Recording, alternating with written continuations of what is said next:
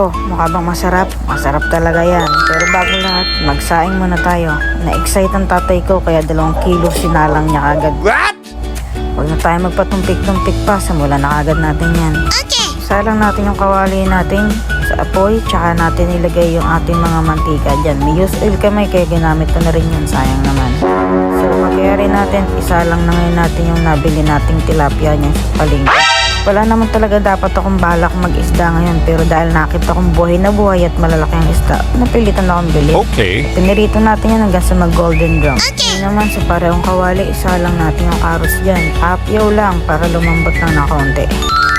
Tapos hango natin yun. Ngayon naman sa parehong kawali at mantika, isalang na ngayon natin yung luya. Pampabango ba? Pandagdag aroma. Sunod natin yung bawang para hindi halatang di tayo nag-toothbrush. Next naman, sibuyas. Ayan, lagi na lang ako pinapaiyak niyan.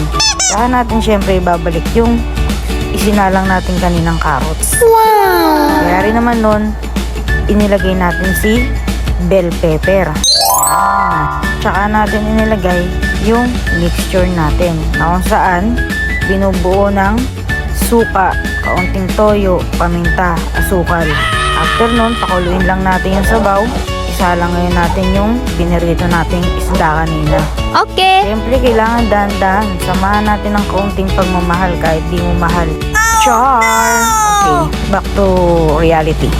Ngayon naman, pakuluan lang natin yan ng mga 2 minuto. Tsaka natin buksan ulit. At tsaka natin tikman. Okay. After natin matikman, siyempre, masarap yan. Kahit na hindi masarap yan. Pag nagawa nyo, kumuha na kayong kanin nyo. Tara, kain tayo. Ay, ayaw nyo. Tapon ko to.